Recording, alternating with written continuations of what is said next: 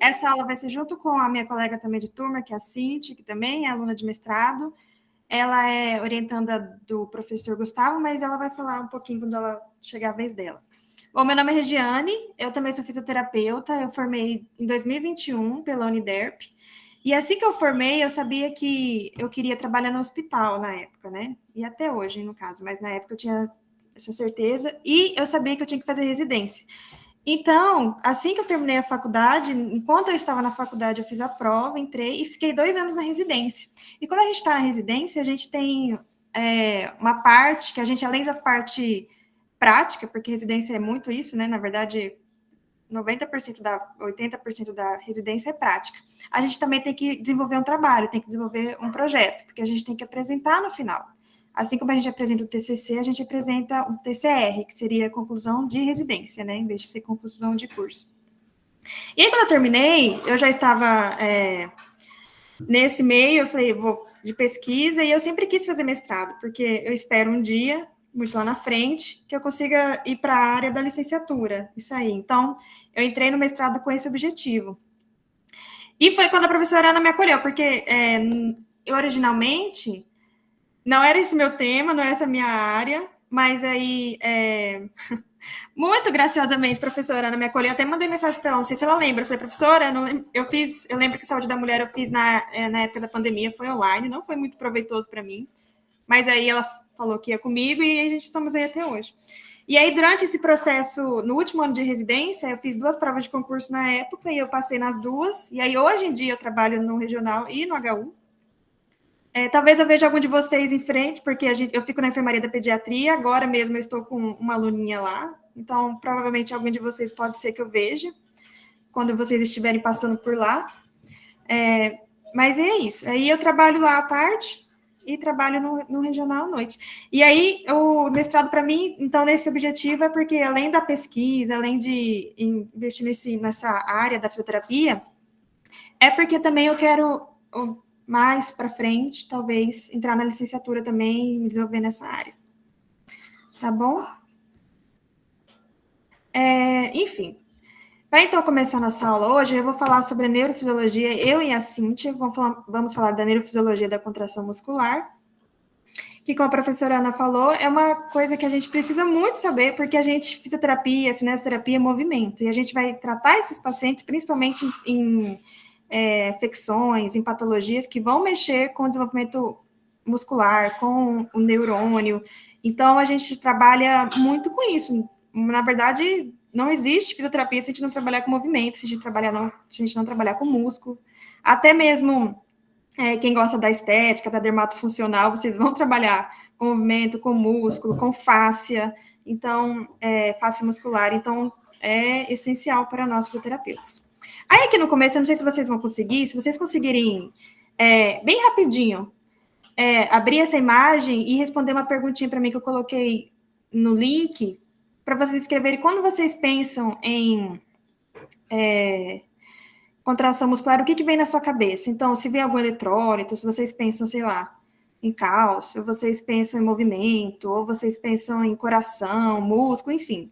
Vocês coloquem aí, por favor, bem rapidinho, ó, em uma palavra só, o que vocês pensam quando vocês lembram de contração muscular, o que vem na cabeça de vocês. Se vocês puderem rapidinho. E me responder também se dá para ouvir eu certinho, se vocês estão conseguindo me ouvir claramente, se está tudo correto.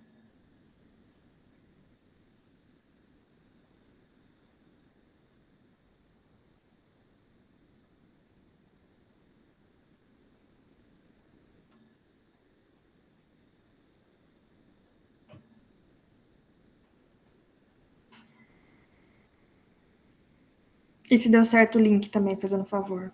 Vocês estão conseguindo colocar alguma coisa aí?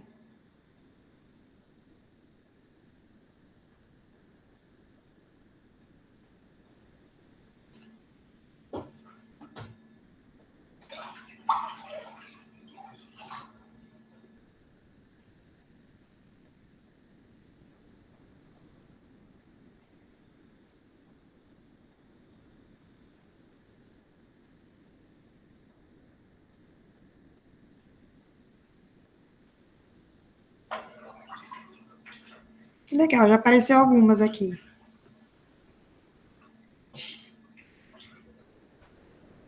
Vocês estão vendo? Então, olha lá, a gente vê o exercício, cálcio, quitina, miosina, movimento, que é exatamente, acho que não tem nada fora, não. É isso que a gente vê quando a gente pensa em contração muscular, a gente tem que pensar em exercício e tem que pensar principalmente em movimento, porque o nosso movimento, ele vem da contração muscular, principalmente da contração voluntária, que é como a gente vai ver hoje. Então, é isso mesmo.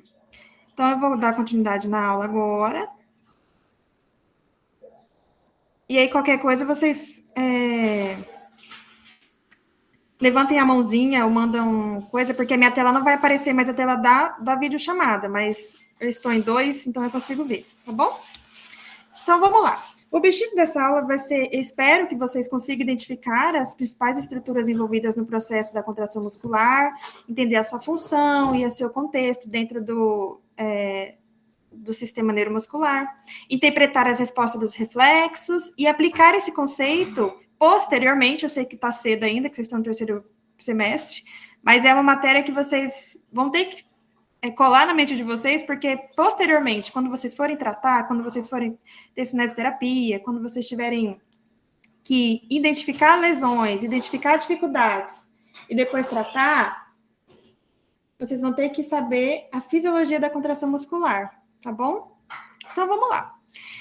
Cerca de 40% do nosso corpo ele vai ser composto por músculo esquelético, ou seja, vai ser composto por músculos que a gente consegue fazer essa contração voluntária. Então, a gente consegue mandar um comando para o cérebro, porque eu quero andar, porque eu quero apertar, porque eu quero segurar em algo, e ele consegue dar uma resposta para aquele músculo para que ele possa contrair.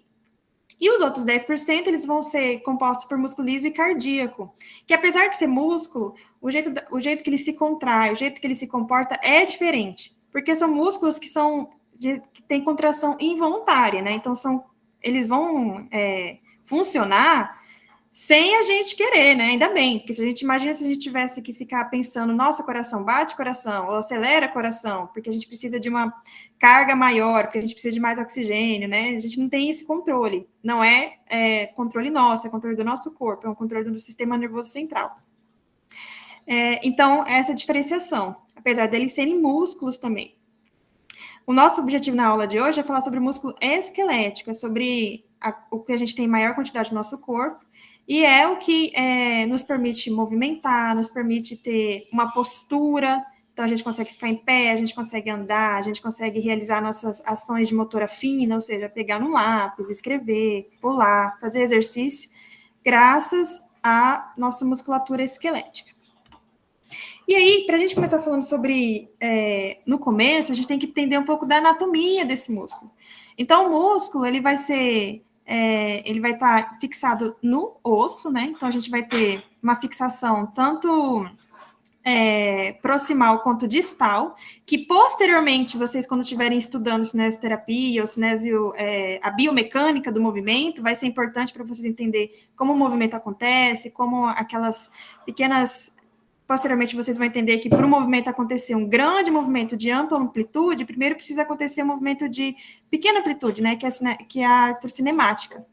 Então, a gente começa entendendo que lá no músculo, ele vai ser colocado, ele vai estar dentro de um osso, através do tendão. E aí a gente vai ter a camada mais posterior do músculo, vai se chamar epimísio. E ela vai redear a uma camada chamada perimísio, até que chega no endomísio, que é onde vai ter realmente as fibras musculares. Então, elas são 3 camadas, uma exterior, né, uma que fica para fora do músculo, uma que reveste o músculo, depois da face, né, então nós temos o tendão e nós temos a face. Aí, depois da face, nós temos epimísio. E o epimísio, ele vai contornar o perimísio, e o perimísio vai contornar o endomísio. Então, são essas 3 camadas de músculos até chegar lá onde ficam as fibras musculares dentro do sarcolema, que vai ser onde vai acontecer realmente a contração muscular. Mas a gente vai chegar lá.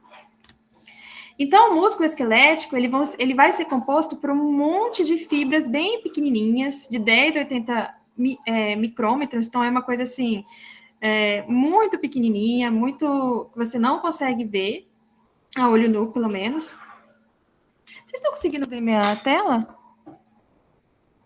Ah, tá, sim, perdão. Enfim. Então, eles são compostos por essas fibras muito pequenininhas e são revestidas por uma membrana chamada sarcolema. O sarcolema, ele vai ser importante porque ele vai ter dentro dele uma característica que vai permitir posteriormente essa contração muscular. Então,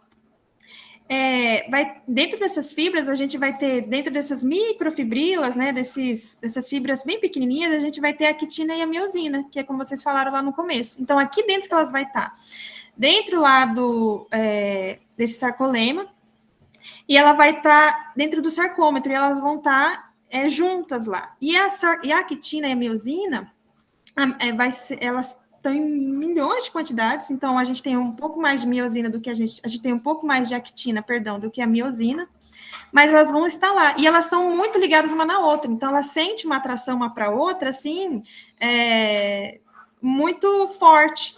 Então, se dependesse delas, elas estariam deslizando uma sobre a outra o tempo todo, porque ela sente essa atração uma sobre a outra para deslizar. Elas só não deslizam o tempo todo porque existe uma proteína chamada tropomiosina, tropomiosina que impede elas. Então, vocês imaginam como se fosse a quitina e a miosina, como se elas fossem Romeu e Julieta, mas sempre tem alguém para atrapalhar lá, que impede que elas fiquem juntas. Elas só vão ficar juntas quando essa tropomiosina sair do caminho, que é o que a gente vai entender mais um pouquinho lá na frente, como que isso vai acontecer. Então, essa quitina, essa miosina, que tem grande quantidade nesse músculo, que vai ser o responsável pela contração muscular realmente. E, novamente, como eu disse, elas só não vão estar ligadas constantemente, até porque isso não seria bom, porque isso geraria fadiga para o músculo, né? Então, imagina o tempo todo tendo que gastar ATP, energia, oxigênio para manter essa contração o tempo todo. Mas elas só não vão estar ligadas 24 horas, porque a gente vai ter essa tropomiosina que vai impedir essa ligação delas lá dentro do sarcômero. Mas, antes delas terem esse deslizamento uma sobre outra, a gente precisa ter um potencial de ação. Então, a gente sabe que no nosso corpo, para ter uma contração muscular, para ter um movimento, para ter qualquer tipo de ação, a gente precisa de uma ação do sistema nervoso central. Então, a gente precisa de um comando. E para esse comando acontecer, a gente precisa de uma despolarização da célula. Então, imagina que a célula sempre está negativa. Ela está de boazinha, está sempre negativa, tranquila. Quando ela está em repouso, ela está repolarizada, ela está negativa. E esse é o estágio de repouso dela, quando ela está polarizada. Então, eu imagino que eu quero andar, eu quero me sentar, eu quero fazer uma extensão de joelho, e eu mando esse comando para o meu cérebro. Eu falo, olha, eu quero fazer uma extensão de joelho. Então, o que ele vai falar? Ele vai mandar um comando para a nossa fenda sináptica, que vai fazer com que íons de sódio se difundam para o interior da célula. Por quê? Esse íon de sódio deixa a célula positiva. Então, toda vez que ela está positiva, ela está despolarizada, e essa despolarização permite que a contração aconteça. Então, a contração, o potencial de ação, ele vai vir porque a gente precisa de um comando. E esse comando, ele vem através dos neurônios. Então, o neurônio chega e traz a acetilcolina, no caso, né, que vai ser o neurotransmissor. A acetilcolina chega lá na nossa placa motora do músculo e fala assim, gente, está na hora de contrair. Mas só vai contrair se tiver positivo, porque naquele momento, quando a gente está em repouso, está tudo negativo. Então, como que ele faz? Quem que é o porteiro que abre esse caminho para que a célula fique positiva para que possa contrair? Vai ser o íon de sódio. Então, ele vai lá dentro da célula e vai deixando tudo positivo para que aconteça a contração muscular. E aí, só que, novamente, essa contração tem que acabar uma hora. E como que acaba? Esse mesmo processo, ele faz com que tenha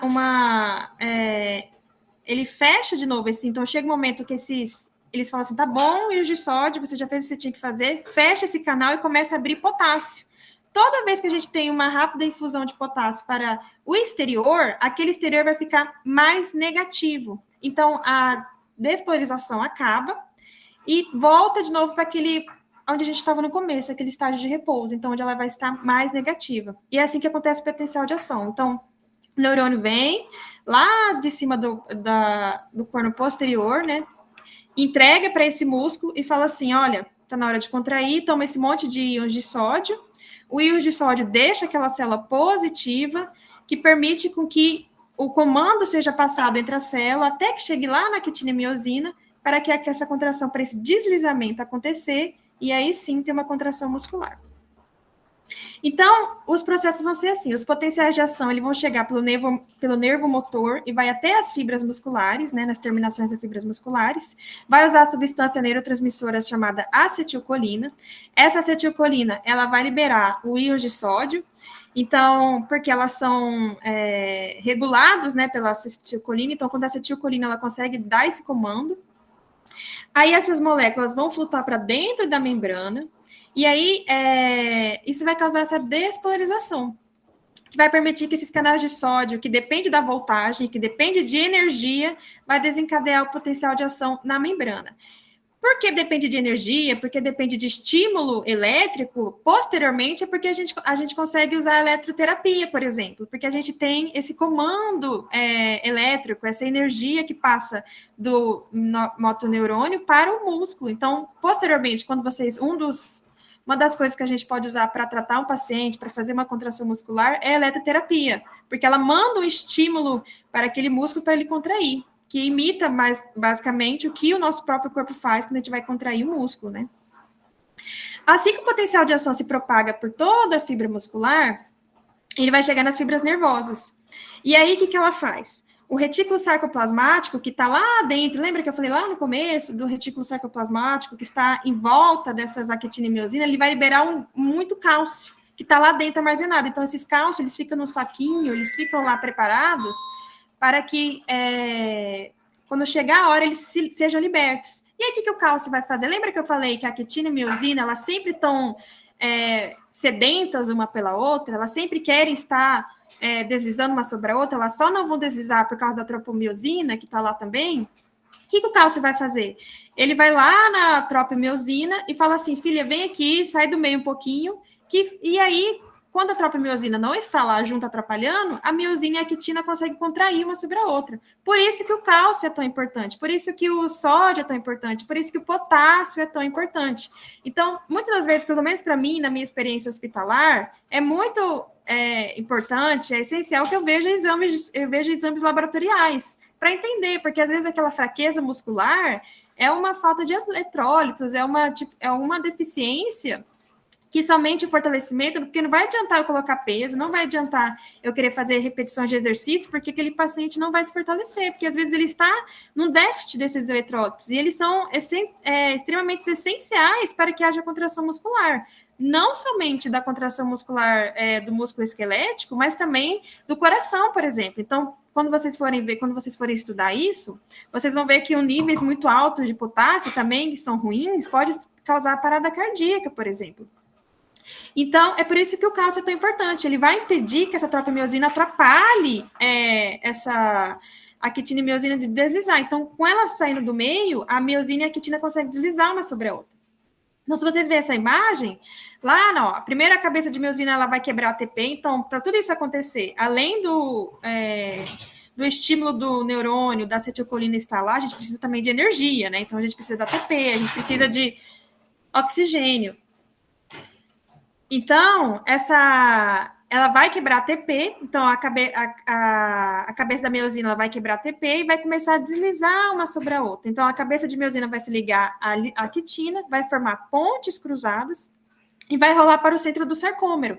E aí, à medida que elas rolam, que elas se ligam uma na outra, a gente tem esse deslizamento e, posterior, uma contração muscular.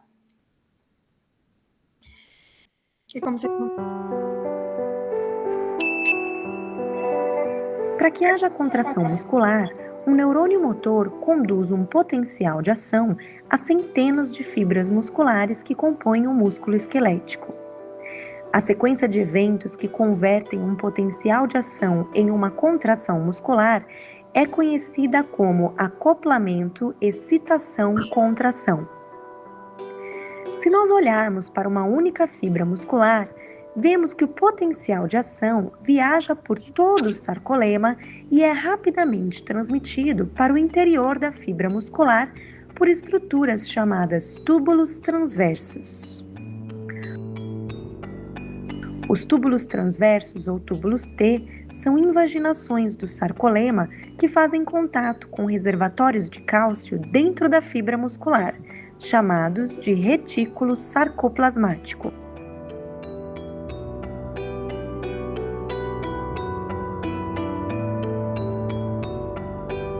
Na região próxima ao túbulo T, o retículo sarcoplasmático forma cisternas terminais. O conjunto de um túbulo T associado a duas cisternas terminais é chamado de tríade. As membranas do túbulo T e das cisternas terminais são ligadas por duas proteínas que controlam a liberação de cálcio.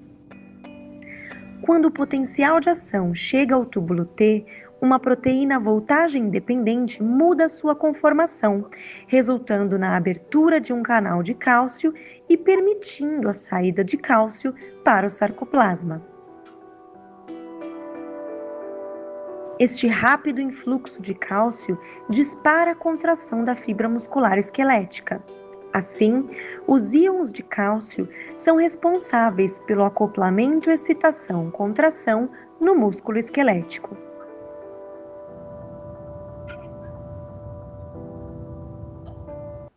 Então, assim, depois que esses íons de cálcio eles são bombardeados, novamente, a contração tem que acabar uma hora, né? Então, eles vão ser bombeados,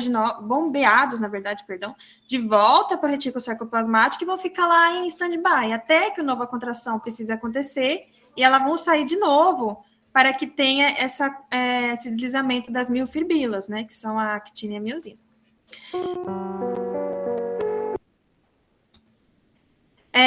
E aí, tudo isso acontece porque a gente vai ter um estímulo, a gente vai ter uma resposta lá do nosso sistema nervoso central. Então, o que acontece? A gente tem um estímulo, então eu quero fazer alguma coisa, eu preciso fazer alguma coisa, e aí o nosso corpo ele vai mandar via sensores lá para a medula espinhal no raio posterior. Então, o que vai acontecer? Eu quero fazer uma contração, esse estímulo vai subir pela fibra sensorial lá pela medula, até a medula, pela raiz posterior, e ela vai trazer como resposta pela raiz anterior lá para a fibra motora. Então, a gente tem uma função integrada entre o sistema nervoso central e o sistema nervoso eferente. Então, o sistema nervoso que que comanda a função e o sistema que realmente realiza a função. Então, a gente vai ter neurônios motores eferentes, que seriam os neurônios que vão realizar a função. Então, o estímulo vai subir pela via, a gente está cheio de sensores, a gente tem sensores para contração muscular, a gente tem sensores de temperatura, a gente tem sensores de movimento, porque isso ajuda o nosso corpo a funcionar. Então, por exemplo, a gente vai ter sensores que captam o dióxido de carbono, por exemplo, o nível de PO2, que vai regular nossa respiração. E da mesma forma, para a gente ter uma contração muscular, esses neurônios, esses sensoriais, né, que eles são receptores sensoriais, que estão no nosso corpo, que estão na nossa pele, ele vai captar um estímulo e vai levar até o sistema nervoso central para que haja uma resposta. Então, a gente vai ter uma resposta tanto numa fibra muscular, por exemplo, no nosso caso, que a gente está falando aqui, ou tanto numa célula, numa glândula, alguma coisa assim. Então, por isso que a gente, por exemplo, dependendo da nossa situação, a gente vai suar mais, a gente vai ter uma respiração mais rápida, né? Uma respiração mais lenta, vai depender desses estímulos que o corpo recebe. Então, o neurônio sensorial aferente sobe com essa informação até a raiz posterior, e aí o sensorial eferente, que é a resposta motora, desce pela raiz até chegar no músculo, que é quando a gente tem a acetilcolina chegando lá na fenda sináptica para liberar os íons de sódio para que a gente comece a contração muscular. E tudo isso acontece porque a gente tem uma coisa chamada unidade motora. Então, uma unidade motora é esse neurônio lá das fibras musculares que vai inervar o músculo. Então, para a gente ter uma contração muscular, a gente precisa de inervação, porque é uma junção integrativa do corpo. A gente tem tanto o sistema musculoesquelético como o sistema neuromuscular também, porque a gente vai precisar que esse neurônio tenha uma recepção lá. Porque não adianta, por exemplo, chegar um estímulo chegar a acetilcolina lá no músculo e eu não ter unidade motora para que receba esse comando, que é o que acontece, por exemplo, nas doenças desmilizantes ou doenças neurológicas, porque às vezes tem um estímulo, então a gente pede para o paciente, faça uma flexão de ombro ou uma flexão de cotovelo, e ele não consegue fazer porque ele não tem mais receptores, ou porque às vezes não tem mais os sensores, vai depender do tipo de doença, o tipo que vai acontecer com ele. Então, a gente precisa que exista dentro do músculo uma unidade motora, porque essa unidade motora que vai receber o comando do neurotransmissor que está vindo lá da acetilcolina. Então, ele vai ser constituído por um único neurônio motor alfa e de todas as fibras que vai inervar o músculo. Então, o músculo vai ser inervado por muitas fibras e por um único neurônio. E é esse neurônio que vai receber esse estímulo. E aí eles são divididos, né? Então, eles vão ser divididos em neurônios motores superiores, que vai conduzir os impulsos do córtex motor primário até a medula espinhal ou tronco encefálico. E aí, chega lá no sistema nervoso central, ele vai ativar os neurônios motores inferiores, que vai estar lá na nossa medula. Então, a gente vai ter lá no tálamo essa integração dessas informações que vai fazer com que o que a gente quer que aconteça chegue lá no sistema nervoso central e esse sistema nervoso central consiga mandar uma resposta. Então, a gente quer andar, ele vai chegar lá, isso tudo acontece muito rápido, tá, gente? A não ser que a gente tenha alguma doença neurológica, né? Enfim, que possa trazer uma hipotonia, alguma coisa nesse sentido. Então, ele vai mandar a gente vai mandar esse estímulo, esse querer da gente, essa vontade, e ele vai responder através da medula, tá bom? E aí, as características desse neurônio motor, ele vai diferenciar dependendo do tipo de músculo que ele vai estar inervando. Então, por exemplo, neurônios motores alfa de maior diâmetro e condução mais rápida, eles vão inervar fibras musculares de contração rápida. E os neurônios motores alfa de menor diâmetro e condução mais lenta vai inervar as fibras musculares de contração lenta. Ou seja, aquele músculo que a gente precisa de uma potência rápida. Então, a gente, por exemplo, precisa fazer um exercício de potência. Ele vai ser controlado por um motoneurônio de maior diâmetro, porque ele precisa que seja mais rápido e ele precisa que libere rápido essa energia, né? Diferente das fibras dos músculos, que vão ter uma contração mais lenta, uma contração de mais resistência. Por exemplo, o nosso diafragma, por mais que ele não seja... não é um controle nosso, né? Então ele não é controlado voluntariamente, né? Ele é um músculo que tem um controle involuntário. Ele vai ter mais o quê? Fibras musculares lentas, porque ele é um músculo que precisa estar trabalhando a vida toda, porque se nosso diafragma para, a gente para de respirar, a gente não tem mais essa contração, a gente não tem mais a negativação da caixa torácica para que a gente possa ter o ar entrando lá dentro. Diferente, por exemplo, do músculo, um quadríceps, porque dependendo, se você for um corredor, por exemplo, isso tudo é adaptável, tá, gente? Não é, o músculo ele não nasce com um tipo de fibra e fica com esse fibra para sempre. Dependendo do treino que você faz, do que você usa aquele músculo, ele pode ter variações. Então, o músculo ele pode tanto ser maior para potência, então ele vai ser um músculo que é usado mais para potência, que nem, por exemplo, as pessoas que fazem crossfit, elas vão ter uns músculos que talvez pessoas que façam crossfit não consigam fazer maratonas de 5 quilômetros, mas tem uma potência que quem faz a maratona não tem. Então, consegue levantar pesos muito alto, consegue fazer um treino de força muito pesado, que provavelmente a pessoa que faz corrida, que faz maratona, não vai conseguir. Por quê? Aquele músculo ele foi adaptado para isso. Então, ele começou a ter mais fibras de contração lenta do que contração rápida ou variada. Então, o neurônio motor que vai inervar as fibras, ele vai ter essa diferenciação do que para que aquele músculo está sendo usado em maior quantidade. É para uma atividade de resistência, para uma atividade de potência. Então, para que eu uso mais? Então, vai ter essa diferenciação, tá bom?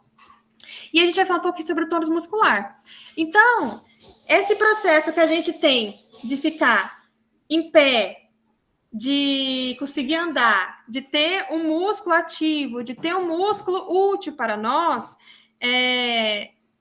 e é o que a gente chama de tônus muscular, que é o quê? É a gravidade agindo sobre o nosso corpo. Então, mesmo que a gente não esteja sem fazer nada, mas a gente está sentado, a gente ainda vai ter um pouquinho de contração muscular. Por quê? Porque é preciso que tenha, senão a gente não consegue ficar em pé, senão a gente não consegue manter postura. Então, esse estado parcial de permanente contração, ele vai ser chamado de tônus muscular, que é o que vai nos dar postura, que é o que vai ser...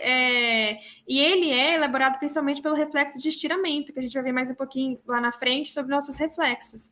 Então, sempre, mesmo que a gente não esteja fazendo nada, nenhum exercício, esteja sentado assistindo TV, mexendo no celular, os nossos músculos ainda vão estar trabalhando, porque nós temos a gravidade agindo sobre eles. Nós estamos no planeta Terra, então aqui nós temos gravidades que puxa a gente para baixo. Então, esse estado de contração permanente ele é sempre presente e é o nosso tônus. Então, quando a gente tem, por exemplo, um tônus reduzido ou um tônus aumentado, é um problema porque a gente perde a nossa capacidade de ter uma simetria, de a gente ter uma postura adequada, seja para andar, seja para ficar em pé, que é o que a gente, muitos de nós, provavelmente muitos de vocês, vão gostar de neuro, vão trabalhar com esse tipo de paciente, que é o paciente que a gente vai reabilitar, que é o paciente que tem um tônus aumentado ou um tônus diminuído. E esse controle de tônus e da postura, ele vai acontecer em grande parte a nível de medula, por intermédio do reflexo miotático. Então, quando ocorre desequilíbrios lá na medula, por alguma razão, seja por uma lesão, seja por um acidente, por exemplo, você pode ter um acidente de carro, você pode ter uma doença congênita, uma doença que é progressiva, uma doença que é progressiva, mas ao mesmo tempo ela é muito recuperável, que nem, por exemplo, o síndrome de Guillain-Barré, que é uma doença neurológica, que é progressiva, e ela tem quando ela começa, ela tem uma queda de qualidade de vida do paciente muito rápido, por muitas vezes ele perde a capacidade de respirar, porque a hipotonia, no caso, vai atingir até o diafragma, mas que também tem uma recuperação também muito boa e rápida, dependendo de onde ele está, do que ele quer fazer e do que ele tem acesso, né, de atendimento. Quando a gente tem esses desequilíbrios, a gente pode ter alterações musculares, então a gente pode ter uma hipertonia, então esse tônus aumentado, que no caso seria essa imagem do bebezinho, ele não está com tônus aumentado, tá, gente? Ele está no tônus normal. Quando o bebezinho nasce, não imediatamente, claramente, mas a partir do primeiro e segundo mês, ele já tem que fazer esse tipo de reflexo. Ou ele pode, por alguma razão, ter uma doença, nascer com alguma doença congênita, né? Eu mesmo lá no hospital, agora a gente tem um pacientezinho, tem muitos pacientes lá que têm síndrome de Down. E síndrome de Down, uma das características dele é a hipotonia, ou seja, não tem esse controle de tônus. É um paciente que é flácido. Você pega no músculo dele, não tem músculo. Você acha que não tem músculo, porque é um paciente que é molinho, que seria esse segundo bebezinho aqui, que está na mão e está caidinho. Então, dependendo do tipo de patologia que a pessoa pode ter, ela pode ter um aumento do tônus, então pode ter uma espasticidade, né, ou uma hipotonia, ou seja, um músculo flácido que você pega, você segura e você acha que não tem nada ali. E aí, a gente tem, dependendo de onde for a nossa lesão, a lesão do paciente, no caso, vai ter uma resposta diferente. Então, por exemplo, se a gente tem uma lesão no neurônio motor superior, então, lá no sistema nervoso central, a gente vai ter o quê? Uma espasticidade. Então, a gente vai ter aumento do tônus e a gente vai ter também aumento do reflexo. Então, a gente vai ter o reflexo e ele vai estar aumentado, ele vai ter uma resposta exagerada. E aí, isso pode acontecer por muitas questões. Então, aqui vocês conseguem ver a imagem lá do cérebro, a gente tem a coluna vertebral e tem o músculo, e tem aqui embaixo a gente vai ter tanto o corno posterior quanto o anterior, e a gente vai ter o nosso córtex primário lá em cima, lá dentro do sistema nervoso central mesmo. E aí, quando a gente tem uma lesão lá em cima, sem ser aqui no nosso sistema nervoso periférico, na medula espinhal, a gente vai ter o quê como resposta? A gente vai ter aumento do tônus, a gente vai ter aumento dos reflexos. A gente vai ter clonos, né, que seria como se uma perda da capacidade de controlar o movimento. Então, um movimento que ele é trêmulo, por exemplo. E a gente vai ter fraqueza também. Até porque se a gente perde nosso controle motor e a gente não consegue controlar mais nosso músculo, a gente começa... Uma que muitas vezes a gente vai perceber nos pacientes posturas que são patológicas, então uma contração de cotovelo que permanece, né, que é muito comum em pacientes que têm acidentes vasculares cerebrais. Então, tudo isso pode acontecer por quê? Por AVC, por um traumatismo crânioencefálico, né? Então, por exemplo, você teve acidente de moto, você teve um acidente de carro, né? Um TCE, um traumatismo craniano, você pode ter tumores, você pode ter distúrbios inflamatórios, distúrbios neurodegenerativos, distúrbios metabólicos. Então, você pode ter uma infecção, por exemplo, a meningite, uma infecção cerebral. Tudo isso pode causar esse tipo de resultado para nós, esses tipos de sintomas. Já quando a gente tem uma lesão no nosso sistema nervoso periférico, então, ou seja, a nossa medula, a gente vai ter contrários disso. Então, a gente vai ter também, claramente, vai ter fraqueza muscular, mas a gente também vai ter diminuição do reflexo, a gente vai ter diminuição do tônus, e a gente vai ter uma paralisia flácida, ou seja, vai ser aquele músculo flácido, aquele músculo molinho, né? Vai ser aquele músculo da síndrome de Down, por exemplo. Não sei se vocês já viram, conhecem crianças que têm síndrome de Down. Elas são crianças que são bem molinhas, que dependendo do... elas têm um controle motor e um desenvolvimento motor mais atrasado, porque elas vão demorar um pouquinho para ter controle cervical, ter controle de tronco, para engatinhar, para andar, enfim. Então, essa é a diferenciação. Os dois tipos de lesões, tanto no neurônio motor superior como no neurônio motor inferior, vai causar reações no nosso músculo e no nosso corpo e no jeito que se comporta aquele músculo, no jeito que se comporta aquele tônus, mas eles vão ter diferenciações. Então, um vai trazer uma espasticidade e o outro vai trazer uma hipotonia. Tem um quadro patológico, um acidente vascular isquêmico, que pode trazer os dois. Então, no AVC, por exemplo, nas primeiras 24 horas, no primeiro estágio da doença, a gente tem uma hipotonia. E aí, posteriormente, vai ter uma hipertonia. Então, pode acontecer também de ter esses dois tipos de reações, dependendo do que a pessoa tem.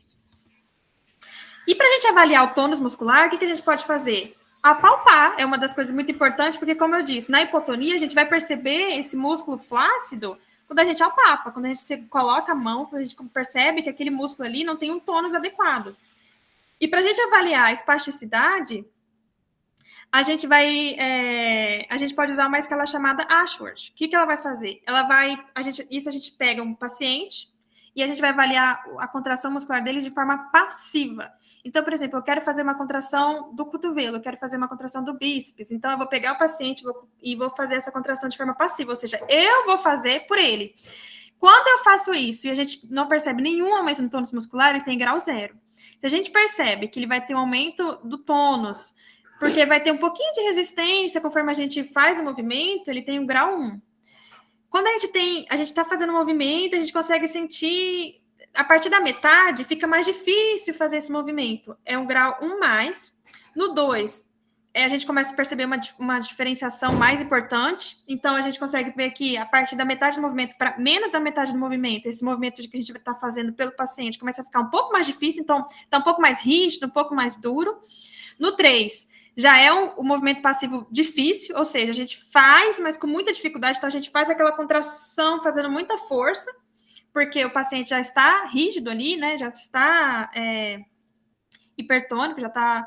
E no 4 a gente não consegue fazer essa flexão e extensão, porque ele já está paralisado desse jeito. Então, aquele paciente, não sei se vocês já viram, um paciente AVC que tem aquela contração de cotovelo já dele mesmo, que já já está patológico, né? É claro, a gente consegue, a gente tenta, né? A gente procura sempre, por isso que é importante ter fisioterapeuta dentro do hospital, porque a gente consegue ter esse primeiro contato com o paciente, pelo menos ali no HU, 24 horas após o acidente vascular, né? Seja ele isquêmico, no caso ali a gente atende isquêmico, seja ele trombolizado ou não, ou seja, se eles conseguiram desfazer o trombo ou não, a gente já começa a atender esse paciente para que a gente possa evitar que ele fique com essa rigidez, inflexão ou extensão, que ele fique com esse tipo de deformidade no corpo. E para a gente avaliar a força muscular, a gente tem essa escala chamada Medical Research Council, que é uma escala subjetiva, ou seja, vai depender da força do avaliador, mas que é muito útil para nós. Ela vai avaliar 5 grandes grupos de musculares, que vai dar uma ideia geral de quanto aquela pessoa está com uma fraqueza muscular ou não. Então, ela vai avaliar a abdução do ombro, a flexão do cotovelo, a extensão do punho, a flexão do quadril, a extensão de joelho e a dorsiflexão de tornozelo. E aí ela vai pontuar em 5 pontos. Então, isso aqui não é mais passivo, tá bom, gente? Isso a gente vai pedir para o paciente fazer. Então, fala assim, faz uma abdução de ombro. Abdução de ombro, não sei se vocês sabem, é quando você levanta o ombro, assim, medialmente, né? Não é para frente, mas é do lado. Então, aqui na linha média. Então, ela fala, abre o braço lá em cima, tenta encostar lá na sua cabeça. E aí, se a gente consegue, ou a gente pede, a gente vai pedir para fazer todos os movimentos bilateralmente, então a gente vai fazer direito e esquerdo, e vai pedir para o paciente fazer, ou para o nosso aluno, sei lá, para quem nós estivermos atendendo, vai fazer dos dois lados, de forma voluntária, então ele tem que fazer. Aí a gente pode, o que a gente pode perceber? Fulano, faz uma extensão de joelho, chuta para me ver. A gente pode ver que talvez que ele tenta fazer, mas não tem nenhuma contração, então isso é grau 0. Às vezes ele tem a contração, então você vê aquele músculo tracionando ali, contraindo, tremendo, mas não tem movimento. Então é o grau 1. Ou ele pode ter uma contração fraca, se a gente eliminar a gravidade. Então, por exemplo, a gente faz contra a gravidade, ele consegue fazer. Se a gente tem a gravidade, então, por exemplo, a gente coloca decúbito lateral e pede para ele fazer o movimento para eliminar a gravidade. Ele consegue fazer, mas quando está a favor da gravidade, contra a gravidade, ele não consegue fazer mais. É grau 2. No 3, ele consegue fazer o movimento de forma independente, sem resistência. Então, eu falo, fulano, chuta aqui, estende esse joelho, vamos ver. Ele consegue fazer de forma tranquila. No 4, ele já consegue fazer quando eu coloco uma resistência no movimento. Por isso que essa escala é subjetiva, porque vai depender da sua força. Então, às vezes, eu avalio um paciente grau 60 em tudo, porque ele conseguiu me vencer em tudo. Mas, às vezes, eu sou mais fraca que você, eu sou mais forte. Então, tem essa diferenciação. Por isso que é importante, quando a gente estiver atendendo o paciente, é difícil, por exemplo, no ambiente hospitalar, ou quando vocês estiverem no estágio, porque a mesma pessoa vai atender, o mesmo paciente vai ser atendido por muitas pessoas, né? Mas toda vez que vocês forem começar com o novo paciente, é importante que vocês façam a avaliação. Então, para vocês entenderem a medida que ele está e como ele ficou no final, porque vocês sempre vão fazer no começo e no fim, para vocês saberem se vocês teve evolução. Na verdade, é importante, inclusive, que faça no meio, né? Para saber se a terapia ali está sendo eficaz, se está sendo útil para aquele paciente. E no nível 5, você vai colocar sua maior resistência no movimento, e se ele conseguir vencer, ele vai ser nível 5. O ideal é que a gente tenha grau de força, a gente calcula tudo, né? Que tenha 60 de MRC. Quando a gente tem menos do que 48, a gente fala que tem uma fraqueza muscular já adquirida. Então, vocês imaginam que para a gente ficar em pé, a gente tem que ter uma extensão de quadril, uma flexão de quadril, perdão, que tem pelo menos nível 4, né? Porque a gente tem que, ou pelo menos nível 3, porque a gente tem que vencer a gravidade. Porque como que você vai carregar seu corpo se você tem uma contração nível 2, que não elimina a gravidade? Ou seja, você não vai estar andando, você não vai conseguir ficar em pé. Então, é uma medida boa, porque às vezes nós chegamos num ambiente hospitalar ou qualquer outra coisa, um atendimento domiciliar, e tem lá na carta de alta dele, MRC 48 especificado, contração, flexão de quadril, nível 2. E aí você vai colocar aquele paciente em pé, ele vai cair. Então, a gente tem que entender isso, porque a gente não tem acidentes e para que a gente consiga tratar aquele paciente de forma adequada. Então, o que eu tenho que fazer aqui? A gente tem que sempre pensar, quando a gente é fisioterapeuta, em função. Então, qual é a função dele que está débil, que está ruim, que eu tenho que melhorar? Então, eu preciso ganhar força em membros inferiores, porque ele não tá ficando em pé. Então, beleza, então vamos ganhar isso aí, porque aí, posteriormente, a gente pode, talvez, iniciar a deambulação. Então, a gente começa com o ortostatismo, né, que é ficar em pé, e depois, posteriormente, a gente pode começar com treino de marcha. Então, para quê? Para que aquele paciente andar. Mas, antes de tudo, o que eu tenho que fazer? Eu tenho que avaliar, eu tenho que ver como está a contração desse músculo. E, novamente, a gente tem que saber se essa fraqueza é uma coisa... Por exemplo, ficou muito tempo parado. Paciente que quebrou o braço, ficou aquele braço na tipoia meses, semanas, e aí quando tira, vai estar hipotônico mesmo, vai estar mais fraco. E esse é o caso, então, beleza, a gente pode fortalecer. Ou se é uma causa neurológica. Porque dependendo da doença, a gente não vai ganhar nada se for uma doença progressiva, mas a gente vai manter e evitar que piore. Porque é uma doença que posteriormente vai perder função. Então, uma doença, por exemplo, a AME mesmo em criança, né, a miatrofia, é uma doença que a gente trata, a gente acompanha, mas o nosso objetivo principal não é que, de repente, aquele paciente que nunca sentou, que nunca teve controle de tronco, que nunca andou, que ande. Às vezes, nosso objetivo vai ser o quê? Evitar mais deformidades e manter a qualidade de vida. Então, beleza, aquele paciente nunca vai ter prognóstico de andar, mas eu posso evitar que ele tenha lesão por pressão, eu posso, talvez, ganhar controle de tronco, eu posso, às vezes, fazer uma pega fina, então, às vezes, aquela paciente vai começar, talvez, a pegar um lápis, alguma coisa assim. Então, depende do paciente. Mas eu acredito, eu não sei vocês, mas é muito difícil. Na fisioterapia, a gente não é muito fã de hospital. Então, mas mesmo para quem for atender em clínica ou for atender qualquer outra área, é importante ter essa avaliação, porque o que eu quero ganhar com o paciente? Qual é o meu objetivo? Eu só vou ter um objetivo claro se eu fazer uma avaliação de forma correta e eficaz. E aí, que nem eu falei lá no começo, a gente tem um motoneurônio, né? Que vai permitir que a acetilcolina chegue no músculo para fazer essa contração. E tem os miótomos. Então, esses miótomos vai ser todos os músculos que vão receber inervação de um mesmo par de raízes motoras. Então, por exemplo, os músculos que fazem a flexão do pescoço, eles vão ser inervados pelas raízes motoras de C1 e C2. Então, todos os músculos que fazem a flexão de pescoço, ele vai ser inervado pela mesma raiz motora. E aí, C3 vai inervar a flexão lateral do pescoço, então os músculos que fazem esse movimento. O C4 vai fazer a elevação de ombro. O C5 vai inervar os músculos que faz a abdução do ombro, então esse movimento que essa menina está fazendo. O C6 vai inervar os músculos que faz a flexão do cotovelo e extensão do punho. O C7, a extensão do cotovelo e flexão do punho. O C8, a extensão e desvio ulnar do polegar. O T1, a abdução do dedo mínimo.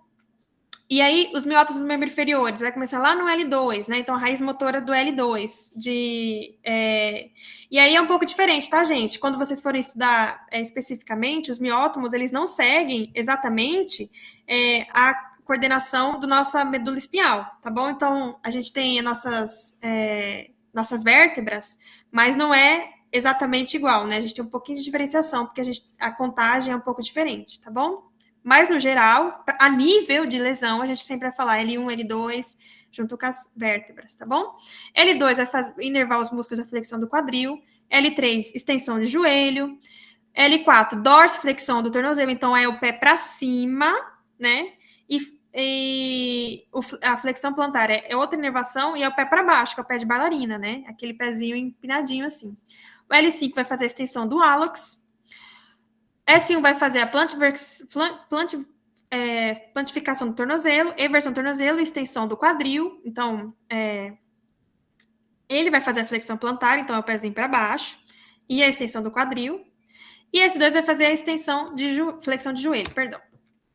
E aí, para a gente encerrar, a gente vai falar um pouquinho dos reflexos. Então, os reflexos é um mecanismo de excitação de um paciente que vai envolver os tendões, o músculo e o arco reflexo. Então, a gente vai fazer uma percussão no tendão, e isso vai causar um alongamento passivo do músculo associado ao alongamento da fibra. Então, essa percussão ela vai se estender no músculo e vai nos dar uma resposta. Então, a gente vai fazer uma percussão ali, né, que vocês já tiveram essa aula prática. E o que isso vai causar? Um alongamento associado do músculo, porque essa percussão ela vai ser detectada pelo fuso muscular, que vai estar localizado dentro das fibras musculares. E a gente tem 5 reflexos tendinosos primários. Então, o teste do reflexo, ele vai fazer o quê? Vai avaliar as fibras aferentes. Ou seja, que eu falei aquela hora, é o quê? A que levam o estímulo, lembra? A aferente é a que recebe o estímulo, leva lá na medula, e as eferentes é a que traz a resposta. Então, ela vai avaliar as fibras aferentes, as conexões sinápticas no interior da medula espinhal, as fibras motoras e as vias motoras descendentes. Então, ela vai... O que a gente quer entender? Se o estímulo que eu estou dando está chegando lá no nervo, no corno posterior da medula, e se ele está conseguindo me dar uma resposta adequada, se eu não tenho lesão ali. Porque se eu tiver uma resposta inadequada, ou se eu não tiver uma resposta que deveria ser, ou uma resposta aumentada, alguma coisa está errada. Então, eu tenho alguma lesão ali, eu tenho que saber o que está acontecendo. Por que eu não estou tendo? Está tendo uma compressão? Às vezes eu tenho uma hernia de disco, alguma coisa nesse sentido. Por que eu não estou tendo uma resposta adequada? Então, nós temos que descobrir isso, mas a gente começa... nossa avaliação, a gente não dá diagnóstico, tá, gente? Mas a gente não dá diagnóstico no sentido de CID, né? A gente não fala, você tem AVC, mas a gente dá um diagnóstico funcional. A gente vai usar depois a CIF, né? Eu não sei se vocês já aprenderam ou vão aprender, que a gente vai dar um diagnóstico funcional. Então, o que está acontecendo aqui? esse paciente tem um déficit motor, tem um déficit neurológico. A gente não vai falar que tem um déficit neurológico, né? A gente vai falar que tem um déficit motor ou neuromuscular, então ele não está fazendo o que ele deveria estar fazendo ali. E para isso a gente tem que entender, sempre que a gente for procurar algo errado, a gente tem que entender o correto, tá bom? Então, as lesões do neurônio motor inferior, eles vão afetar aqueles que afetam o corno cinzento da medula e a nervo raiz, o nervo espinhal, o próprio nervo. E ele vai diminuir os reflexos. E aí, como eu disse, quando a gente tem uma lesão no neurônio motor superior, ele vai aumentar os reflexos. Então, depende do tipo de coisa. Lá no quando a gente faz a percussão no bíceps, a gente vai ter o músculo envolvido, vai ser o bíceps braquial, que vai ser inervado pelas raízes nervosas de C5 e C6, pelo músculo cutâneo, né? O nome do nervo é o músculo cutâneo. E a resposta vai ser o quê? Uma contração do cotovelo. Né? Então, a gente vai ter uma contração do músculo bíceps e a flexão do antebraço. Então, vai ter aqui uma flexão ali, tá bom? No reflexo braquiorradial, a gente vai ter o músculo envolvido braquiorradial, a gente vai ter o suprimento nervoso radial, né, que chama o nervo que está nervando ali é o radial, que é pela C5 e C6, e a gente vai ter como resposta uma flexão e uma ligeira supinação do antebraço. No reflexo do tríceps, a gente vai ter uma percussão lá em cima do olecno, lá, que vai ser nervado pelo músculo radial, né, o tríceps braquial, pelo C6 e C7, a gente vai ter como resposta uma extensão do cotovelo. É uma resposta involuntária, tá, gente? A gente tem uma percussão, não é a gente que controla, é o nosso próprio corpo, porque é um reflexo que ele não chega lá no sistema nervoso central. Ele é um reflexo que está ali na medula. Então, a medula retorna esse reflexo para o corpo. E a gente vai ter o mais conhecido de todos, né? Que eu acho que vocês conhecem muito mais que os outros, é o reflexo patelar. Que a gente vai ter uma contração, uma percussão lá no quadríceps femoral e o que vai ter como resposta? Uma extensão do joelho. E no reflexo do Aquiles, a gente vai ter uma percussão atrás, né, ali no tornozelo, e a gente vai ter como uma resposta uma flexão plantar do pé. Quando a gente vê essas respostas, tá, gente, vocês não podem esperar uma coisa assim, uma amplitude de movimento imensa, tá? Uma resposta adequada não é uma coisa assim que chuta você, que nem a gente vê nos filmes, essas coisas, não. É uma contração, uma flexão, mas não é 180 graus de flexão, de contração, de amplitude de movimento, tá bom? E para encerrar, a gente na fisioterapia, a gente usa, não somente na fisioterapia, a gente usa uma escala chamada ASIA, que vai padronizar a lesão medular. Que é uma escala, assim, que a professora falou para mim, acredito que vocês vão ter também, é uma escala que vocês vão aprender ela minimamente, uma aula só dela, porque é uma coisa bem complexa. Mas o que ela vai avaliar?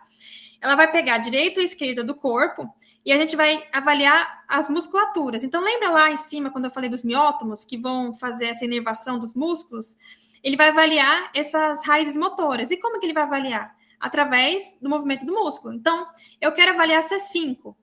Então, como que eu vou avaliar C5? Eu vou pedir para o paciente fazer flexão do cotovelo, direito e esquerdo. E aí eu vou mediar. Ele consegue fazer? Então, ele consegue fazer? Tá normal? Ou tá comprometido? Ou tá ausente? Ou não consigo nem testar? E aí, a gente tem lá de 0 a 3, então ele vai ter, às vezes, uma paralisia total. A gente pede movimento, o paciente não consegue fazer. Ou a gente vai ter uma contração visível ou palpável, mas sem movimento. Ou uma movimentação ativa, que é o nível 2, com uma gravidade eliminada. Ou movimento ativo contra a gravidade, no nível 3. Ou um 4, que é o movimento ativo contra alguma resistência. E o 5, o movimento acontece contra uma grande resistência. Então, a gente vai graduar. E aí, a gente consegue falar, se o paciente tiver lesão, em que nível de lesão ele está. Então, ele conseguiu fazer normal até C8. T1 ele já não consegue fazer. Então, a gente consegue graduar até onde a lesão está. Então, onde a lesão para? O que afetou? É uma escala bem legal e ela é de fácil aplicação, porque você só precisa de um papel e uma caneta. A gente não precisa de mais do que isso, né? A gente pede para o paciente fazer e a gente vai anotando que ele direito e esquerdo sempre tem que fazer bilateral. Por quê? Quando a gente tem lesão, a gente pode ter uma lesão de sistema nervoso central depois da degustação das pirâmides. Então, por exemplo, a gente tem uma lesão lá no lado direito, mas o nosso corpo ele vai ter uma resposta no lado esquerdo. Quando a gente tem uma lesão no nosso sistema periférico, por exemplo, na medula, do mesmo lado que acontecer a lesão, vai ser o que vai ter o déficit. Então, por isso que a gente sempre tem que fazer direito e esquerdo para a gente entender o mecanismo da lesão. E é isso, essas são as referências. E eu espero que tenha ficado claro. Se não, vocês podem perguntar também, tá bom?